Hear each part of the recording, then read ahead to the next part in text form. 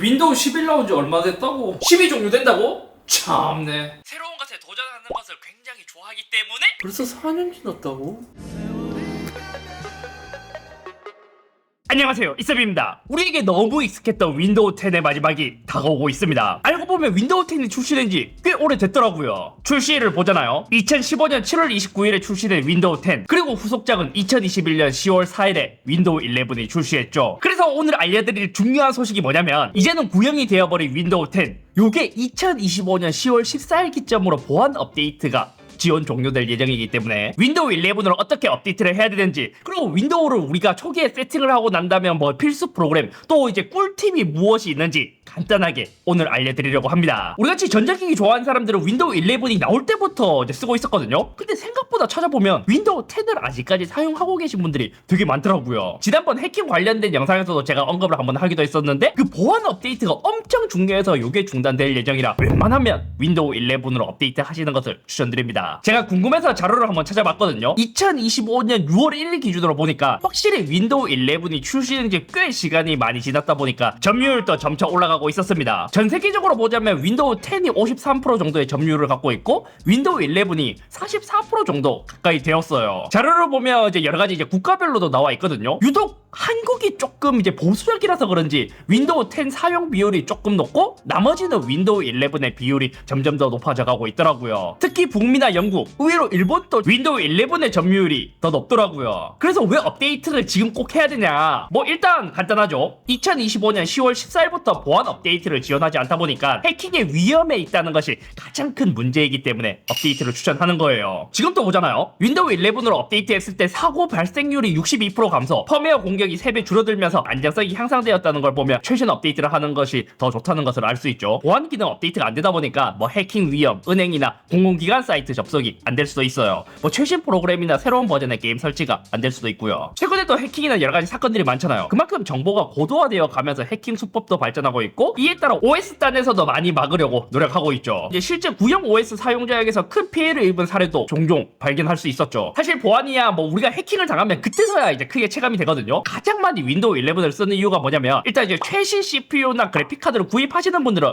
윈도우 11을 모두 사용하고 있습니다. 이유가 뭐냐면, 예를 들어 요즘 스마트폰도 그렇고 데스크탑 프로세서를 보잖아요. 똑같은 하나의 코어로 멀티코어 구성을 하는 게 아니라 성능 코어와 효율 코어, 이런 식으로 구성되면서 전성비나 여러 가지를 이제 좀 많이 개선을 했잖아요. 그래서 윈도우 11은 이러한 프로세서에 맞게 하이브리드 아키텍처와 스케줄링 최적화가 잘 되어 있는 것이 특징입니다. 아마 이처럼 성능 코어와 효율 코어 이렇게 구성된 것은 인텔은 12세대, 라이젠은 8000번대 이후로 이렇게 구성되어 있어요. 그래서 보통 멀티코어 작업이나 게임 로딩 등에서 이제 윈도우 10과 윈도우 11을 비교하잖아요. 그럼 적어도 2%에서 10% 정도의 성능 차이가 있는 것으로 알려져 있죠. 그래서 웬만한 벤치나 게임 즐기시는 분들은 윈도우 11을 쓰고 있는 이유이기도 하고요. 사실 이것도 윈도우 11이 처음 출시되었을 때는 막 많이 차이가 나진 않았거든요. 근데 출시된 지 한 4년 정도 되면서 업데이트 되면서 성능 향상도 꽤 많이 이루어져서 이 정도의 차이가 나요. 노트북에서도 체감되는 게 있죠. 뭐 절전 모드에 들어가거나 깨어날 때 뭐 빠른 응답 시간, 요런 게 또 윈도우 11의 특징이기도 하고요. 또 제가 윈도우 11을 조사하다 보니까 재밌는 게 뭐냐면, 우리가 무선 이어폰으로 듣는 AAC 코덱 있잖아요. 이것도 윈도우 11부터 지원했다고 합니다. 와이파이도 6GHz 돼요. 그러니까 와이파이 6E도 윈도우 11부터 지원하다 보니까 무선 속도 차이도 제대로 즐기려면 윈도우 11을 사용해야 되는 거죠. 자, 그럼 윈도우 10을 사용하시는 분들이 윈도우 11을 어떻게 업데이트를 할까? 요거는 간단합니다. 시작에서 설정으로 들어가고요. 여기서 업데이트 보안, 여기서 윈도우 업데이트가 있고 하드웨어 요구사항 확인이라고 있습니다. 웹페이지로 나오는데 여기서 PC 상태 검사해, 요걸 눌러서 설치하면 요 프로그램에서 확인할 수 있습니다. 여기서 지금 확인을 누르면 요 PC는 요구사항을 모두 충족한다고 나와있죠. 모든 결과 보기에서도 상세하게 요게 지원되는지 이렇게 프로그램 하나만 설치하면 쉽게 확인이 가능해요. 이것도 웬만큼 오래된 PC가 아니라면 크게 문제없이 윈도우 11으로 업데이트가 될 거예요. 만약 업데이트 대상이 아니잖아요. 그럼 한번 업그레이드 할 필요가 있는 PC라는 거예요. 내가 지금 쓰고 있는 PC의 성능이 크게 아쉬움이 없어서 업데이트를 하지 않아도 되는데, 그러한 분들에겐 이 보안 업데이트가 곧 종료되다 보니까 좀 아쉽긴 하죠. 지금은 이제 제가 갖고 있는 PC는 웬만하면 다 다 지원을 하거든요. 만약 여기서 걸림돌이 된다면 요 TPM 때문에 걸림돌이 될 수도 있습니다. 이게 처음 윈도우 11이 등장했을 때도 가장 많은 발목을 잡은 게 요 TPM이란 거예요. 요 트러스트 플랫폼 모듈의 약자로 암호화된 키들을 통합 관리하기 위해 설계된 칩입니다. 그러니까 보안 관련된 하드웨어 전용 칩이라고 이해하면 쉬워요. 요 TPM이라는 보안 칩이 되게 중요한 게 뭐냐면 윈도우 10 이후 OEM 환경에서는 강제로 하고 있고 윈도우 11부터는 개인 사용자도 요거를 필수적으로 요구하고 있습니다. 그래서 저기 윈도우 11이 나왔을 때 막 요 TPM 때문에 많은 말들이 많았어요. 그래서 미지원 보드는 요거를 따라서서 달아야 되냐, 요거를 사재기에서 또 이제 비싸게 파는 사람도 생겨나고 막 그랬었는데, 알고 보면 최근 10년 사이, 그 2010년 중반 이후로 출시된 메인보드나 CPU라면 TPM 2.0 기능이 내장되어 있을 가능성이 되게 커요. 이것도 버전이 뭐 1.0, 1.2부터 있었지만 윈도우 11부터는 2.0 이상만 지원을 하거든요. 더 정확하게 이야기해선 인텔의 6세대, AMD 라이젠 1세대부터 TPM 2.0을 기본적으로 탑재하고 있습니다. 아무튼 요렇게 지금 확인을 눌렀는데 TPM 2.0이 없어서 업데이트가 되지 않는다, 요게 문제라면 아마 한 10년 사이 메인보드들은 웬만하면 지원을 하고 있을 거란 말이에요. 그래서 요 메인보드마다 다르지만 내가 사용하고 있는 메인보드와 TPM 2.0을 검색하잖아요. 그럼 제조사별로 켜는 방법이 모두 다 나올 거예요. 요게 활성화되어 있는지 보는 건 쉽습니다. 윈도우 R을 누르고요, 여기서 tpm.msc를 입력하면 요 관련된 창이 나오고, 여기 보면 이제 사양 버전에 2.0이라고 나와 있죠. 이렇게 되면 활성화가 되어 있는 거고, 만약 메인보드에서 지원하는데 이게 활성화가 되어 있지 않다, 그럼 검색해보면 활성화 방법이 많이 나오기 때문에 그것을 따라하면 쉽게 업데이트를 할 수 있습니다. 이렇게 보안을 위해 윈도우 10에서 11으로 업데이트를 하잖아요. 요즘은 윈도우 초기 세팅을 어떻게 하면 좋나요? 어떠한 꿀팁이 있나요? 어떠한 좋은 기능들이 있나요? 이제 많이 물어봐 주시는데, 제가 쓰고 있는 유용한 프로그램이나 몇 가지 간단한 팁을 곧 출시 예정인 서피스 프로 12 데모 제품으로 한번 보여드리려고 합니다. 윈도우 11으로 오면 요 작업 표시줄, 요게 중앙에 있는 게 이제 좀 거슬려 하실 수 있거든요. 기존에 왼쪽에 있어서 그게 익숙하니까 요것도 바꿀 수 있어요. 여기서 우클릭해서 작업 표시줄 설정에 들어가 주고요, 여기 작업 표시줄 동작에서 지금 가운데 있잖아요, 이걸 왼쪽으로 하면 기존처럼 왼쪽으로 돌릴 수도 있습니다. 그리고 이제 클립보드 관리자가 있죠. 클립보드 관리자는 윈도우 V를 누르면 이렇게 이제 클립보드 복사 붙여넣기 한 것들을, 만약에 내가 이런 것을 한번 복사해놨다, 윈도우 V 버튼을 누르면 클립보드가 나와요. 여기 뭐 이모지나 이런 것들도 나오고요. 아마 이건 윈도우 11에서 가능한 기능인 것 같거든요. 이것도 윈도우 Z키를 누르면 스냅 레이아웃이라고 해서 자동으로 정리해주는, 윈도우 Z를 누르면 이런 식으로 이제 정리를 할 수 있는 유라한 기능들도 있습니다. 요거는 이제 윈도우 기본이고, 저는 꼭 설치를 하는 게 반디집을 설치해요. 요게 뭐냐면 이제 압축하고 푸는 프로그램이거든요. 근데 요게 되게 가볍기도 하고 멀티코어를 잘 활용하기 때문에 저는 얘를 좀 많이 선호를 하는 편입니다. 이것도 설치할 때 보면 유료가 있고 무료가 있거든요. 일반 사람에게는 무료만 해도 충분해요. 다음으로 추천드리는 앱은 이제 스마트폰, 우리가 갤럭시를 사용할 때도 블락이라는 강력한 툴이 있잖아요. 그게 제가 예전에도 한번 영상으로 올렸는데 파워 토이즈라는 프로그램이 있어요. 이것도 마이크로소프트에서 공식적으로 만든 프로그램이거든요. 아직까지 프리뷰 버전이긴 하지만 아는 사람들은 아는데 트윅 툴로 진짜 좋아요. 지금 보면 기능이 여러 가지 많잖아요. 요거를 다 안 써도 되고 이제 몇 가지만 쓰면 되거든요. 제가 여기서 유용하게 쓰는 거라면 윈도우 Shift T를 누르면 스크린샷 찍기처럼 되고, 만약 내가 이 부분을 쓰고 싶다 이렇게 하면 자동으로 이렇게 이제 텍스트가 복사가 됐죠. 이것도 좋은 게 뭐냐면 지금 여기 이미지에 글자가 있잖아요. 요 이미지에 글자 따기도 좋아요. 윈도우 Shift T를 누르고 요 코파일럿 플러스 PC, 요게 이미지거든요. 이렇게 딱 하면